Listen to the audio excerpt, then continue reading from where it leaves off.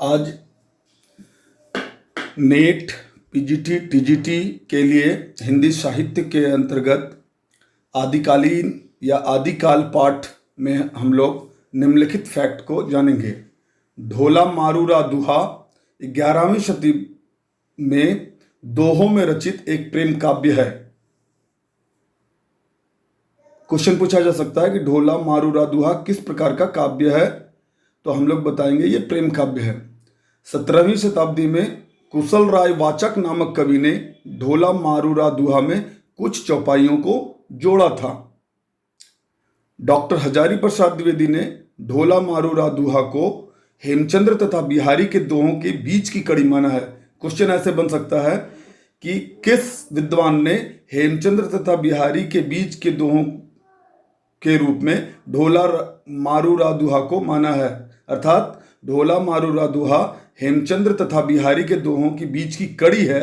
यह किस विद्वान ने कहा, तो डॉक्टर हजारी प्रसाद द्विवेदी ने कहा है। खुमान राशो नामक ग्रंथ की प्रमाणिक हस्तलिखित प्रति जो है आज पूना संग्रहालय में सुरक्षित है। यह 5000 छंदों का विशाल काव्य ग्रंथ है। इसकी भाषा राजस्थानी हिंदी है।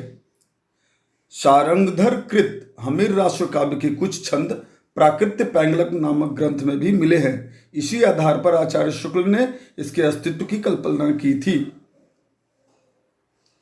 विशलदेव राशो मूलतः गेय काव्य है, यानी गाया जाने वाला काव्य था। इसके स्वरूप में परिवर्तन होता रहा है और बाद में सिर्फ ये गेय काव्य नहीं रहा।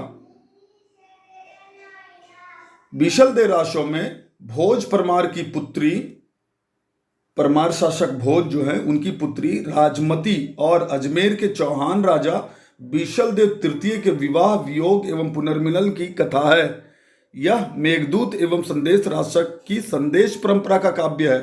जैसे पूछा जा सकता है इसमें से कौन कौन से ग्रंथ संदेश परंपरा के काव्य हैं, तो मेघदूत और संदेश राशक के बाद विशलदेव राशो भी अगर ऑप्शन में, तो हम लोगों को विशलदेव राशो को भी संदेश परंपरा का काव्य मानना चाहिए।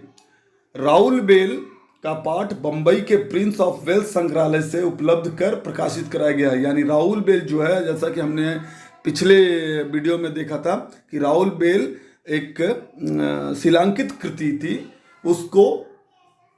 उसका जो वो रखा गया है बंबई के प्रिंस ऑफ वेल्स संग्रहालय में, और वहां से उसको लेकर के उसको फिर लिख करके छपवाया गया है। उक्ति व्यक्ति प्रकरण दामोदर शर्मा की रचना है, और ये दामोदर शर्मा राजा गोविंद चंद जो गढ़वाल राजा थे उनकी सभा में रहते थे।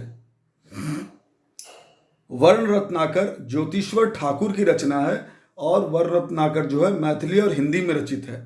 यानी दोनों भाषाओं में वर्ण रत्नाकर लिखा हुआ है, हिंदी भी है उसमें, मैथिली का भी प्रयोग है उसमें।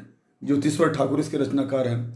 डॉक्टर सुनीति कुमार चटर्जी और पंडित बबुआ मिश्र के संपादन में बंगाल एशियाटिक सोसाइटी ने इसका प्रकाशन किया था।